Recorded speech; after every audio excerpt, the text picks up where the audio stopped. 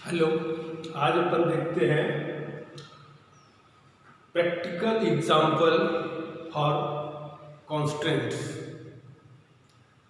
हमने जितने कॉन्स्टेंट्स पढ़े हैं उन सबको हम कैसे यूज कर सकते हैं किसी टेबल में।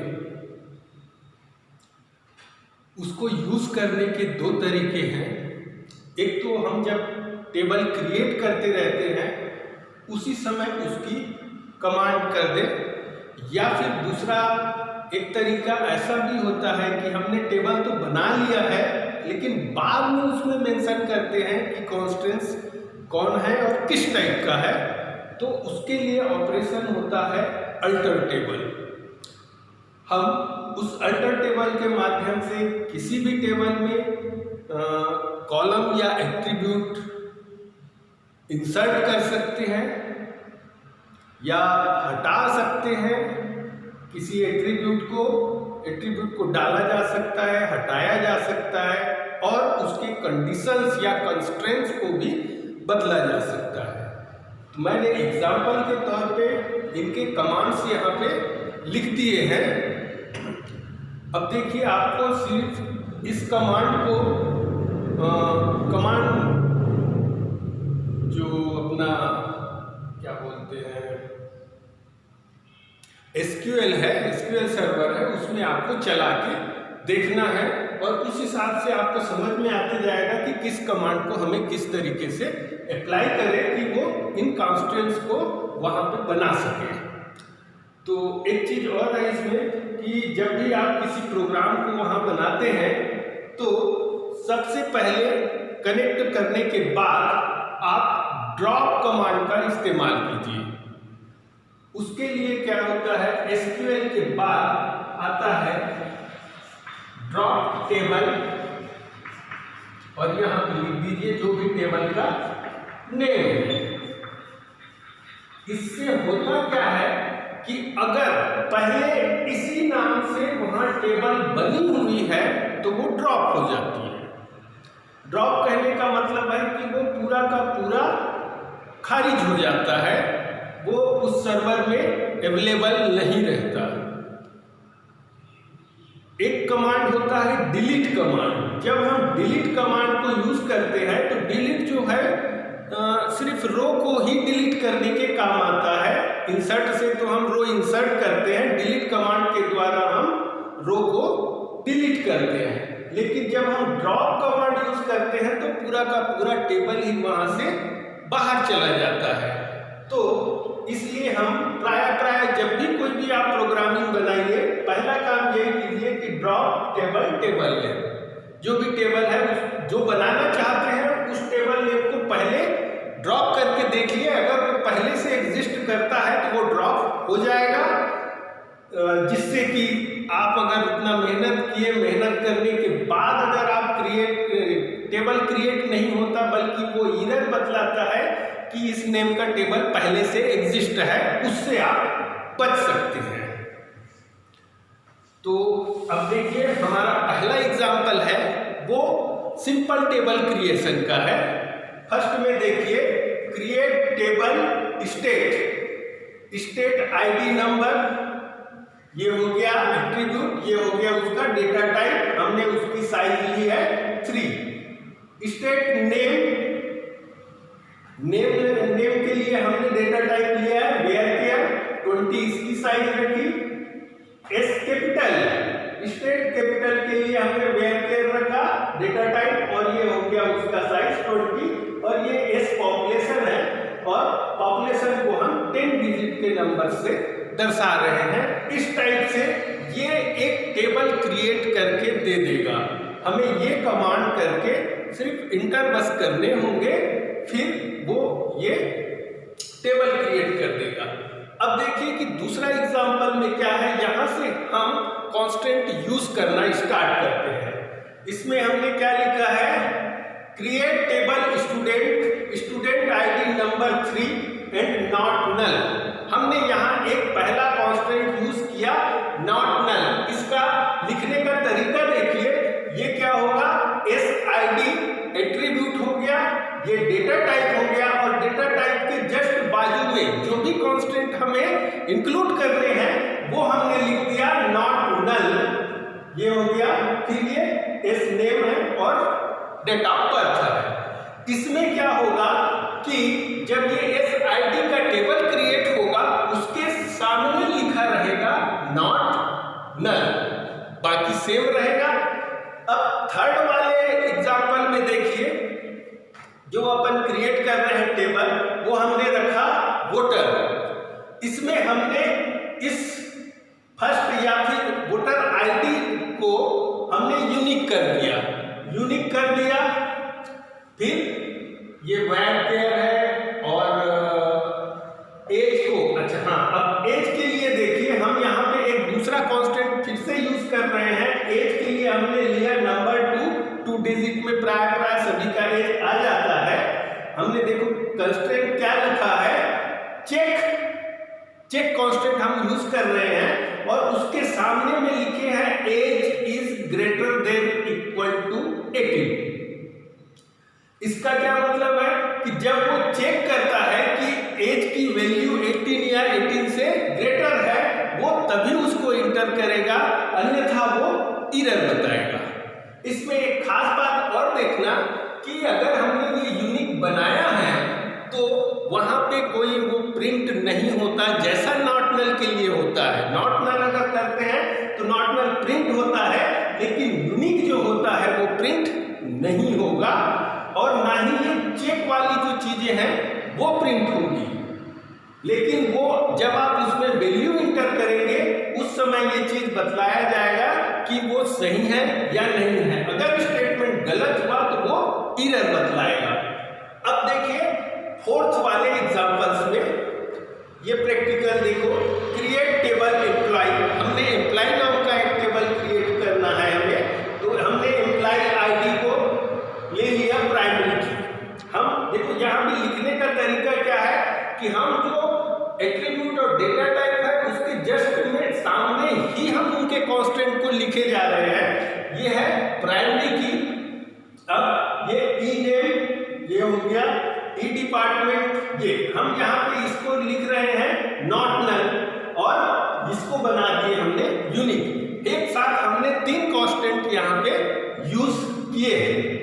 अब ये प्राइमरी की बन जाता है यहाँ से, लेकिन वहां प्राइमरी की लिखा हुआ नहीं मिलता, वहां लिखा हुआ मिलेगा नॉट नल।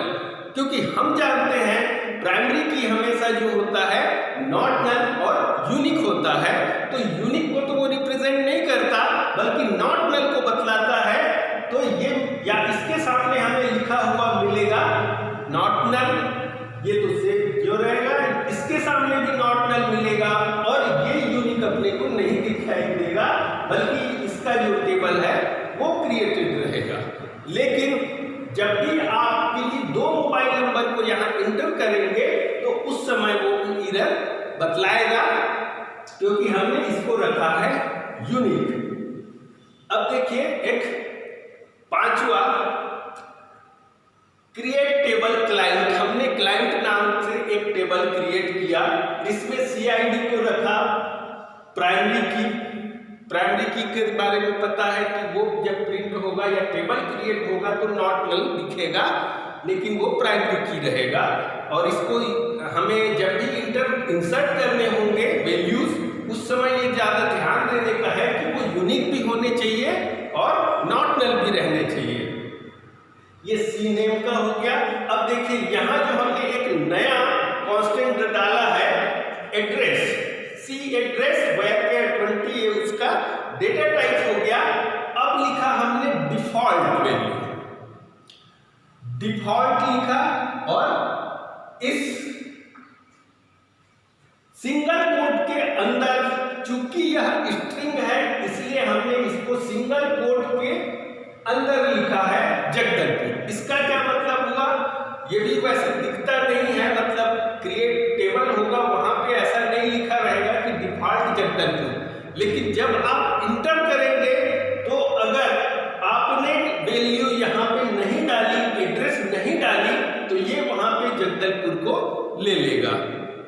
यहाँ याद रखना है कि जैसे हम स्ट्रिंग है या डेट ऑफ बर्थ है, उनको जब हम डिफॉल्ट वैल्यू के रूप में रखेंगे तो सिंगल कोड को यूज करेंगे, या अगर कोई न्यूमेरिक वैल्यू है, न्यूमेरिक वैल्यू के समय हमें ये सिंगल कोड लगाने की जरूरत नहीं होती, ये डिफॉल्ट वैल्यू वैसे ही दे देगा। जैसे अब अगर डेट ऑफ बर्थ को अपन ने डिफॉल्ट रखा है तो जो डेट हमने फिक्स किया है, अगर सामने वाला या इंटर करते समय आपने उसमें डेट ऑफ बर्थ नहीं डाला तो वो जो यहाँ पे डिफॉल्ट वैल्यू दी रहेगी उसको वो ले लेगा। ये हो जाते हैं लगभग हमारे 5 कांस्टेंट। अब जो छठा कांस्टेंट है फॉरेन की, फॉरेन की के लिए क्या किया जाता है, हमको पता है कि कम से कम हमें 2 टेबल की जरूरत पड़ेगी। हमने यहाँ पे 2 टेबल बनाए हैं, क्रिएट टेबल स्टूडेंट और यहाँ क्रिएट टेबल रिजल्ट। एक हमने स्टूडेंट नाम का टेबल बनाया है और दूसरा जो है उसका रिजल्ट, और इसमें हमने SID नंबर को प्राइमरी की बनाया है। जो प्राइमरी की होता है उसी को ही हम फॉरेन की के रूप में यूज कर सकते हैं, और ये दोनों तो सिंपल है, एस नेम हो गया और क्लास हो गया। अब देखिए फॉरेन की को हम कैसे बनाते हैं। ये जो हो गया रोल नंबर, हमने चाहे तो SID को यहाँ SID के रूप में ही लिखा जा सकता है, या हम इस एट्रीब्यूट का नाम चेंज कर सकते हैं। तो हमने नाम चेंज करके रखा है रोल नंबर। ये चीजें जो है सेम रहनी चाहिए। अगर इसका डेटा टाइप नंबर है तो इसका भी डेटा टाइप नंबर, इसकी साइज 5 है तो इसकी भी साइज 5 होनी चाहिए। ये साइज में भी डिफरेंट नहीं होना चाहिए और ना ही डेटा टाइप में। जब भी हम फॉरेन की बनाते हैं डेटा टाइप और उसकी साइज जो होगी वो सेम होगी। अब देखो दूसरे टेबल में इतना करने के बाद क्या लिखना है, रिफरेंसेस, REFERENCES, रिफरेंसेस लिखना है। और पहले टेबल का नाम, इस टेबल का नाम चूंकि हमने स्टूडेंट रखा है तो ये टेबल का नाम, और जो वहां का प्राइमरी की है जिसको कि हम इसके लिए फॉरेन की बनाने वाले हैं, वो एट्रीब्यूट या कॉलम नेम, ये इस तरीके से हम फॉरेन की बना सकते हैं। वो सब्जेक्ट का है नंबर, सब्जेक्ट 1 और सब्जेक्ट 2, उसको हमने नंबर ले लिया है ताकि उसमें हम इंटर करें। अब अगर ये क्रिएट टेबल बोलता है सेकंड का, मतलब आपका ये जो कमांड है वो सही है।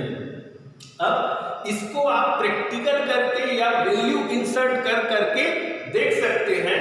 अगर आपने SID नंबर 101, 102 या 5 डिजिट तक आप ले सकते हैं, उसको आपने इस स्टूडेंट के लिए SID बनाया है, तो अगर आप यहां भी उसी नंबर को यूज कर रहे हैं तब तो ये टेबल में इंसर्ट होगा।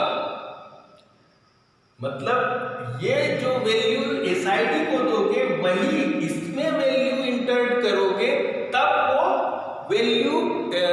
रो को इंसर्ट करेगा। अन्यथा वो ये बतला देगा कि चूंकि ये फॉरेन की है इसलिए जो वैल्यू यहां उपस्थित है आप उसी वैल्यू को यूज कीजिए। तो याद यही रखना है कि जब तक हम पहले से इसमें वैल्यू इंटर्ड नहीं किए रहेंगे, वो इस यहाँ पे वैल्यू को या रो को क्रिएट नहीं कर सकता। अच्छा, एक चीज और है इसमें, हम किसी भी टेबल को क्रिएट करें उसके बाद उसको ड्रॉप कर सकते हैं, या फिर पहले टेबल बनाते समय पहले ड्रॉप करके पहले से बने हुए टेबल को ड्रॉप कर देते हैं। यहाँ पे एक विशेष बात देखने को आएगी कि जब आप ये अपना काम कंप्लीट कर लिए, दोनों में वैल्यू इंटर करके ये समझ लिए कि फॉरेन की क्या होता है, कैसे काम करता है, उसके बाद अगर आपने इस टेबल को ड्रॉप करना चाहा, मतलब ड्रॉप टेबल स्टूडेंट, तो वो ये कहेगा कि आप इसको ड्रॉप नहीं कर सकते क्योंकि इसका जो फॉरेन की है किसी न किसी का इसका प्राइमरी की जो है किसी का फॉरेन की या रेफरेंस की है। तो जब तक आप पहले इस टेबल को ड्रॉप नहीं करेंगे तब तक वो इस टेबल को ड्रॉप करने नहीं देगा। मेरे ख्याल से अब इन एग्जाम्पल से आप पूरे के पूरे जो कांस्टेंट हैं उन सबको समझ सकते हैं और प्रैक्टिकली करके देख सकते हैं। Okay, thanks.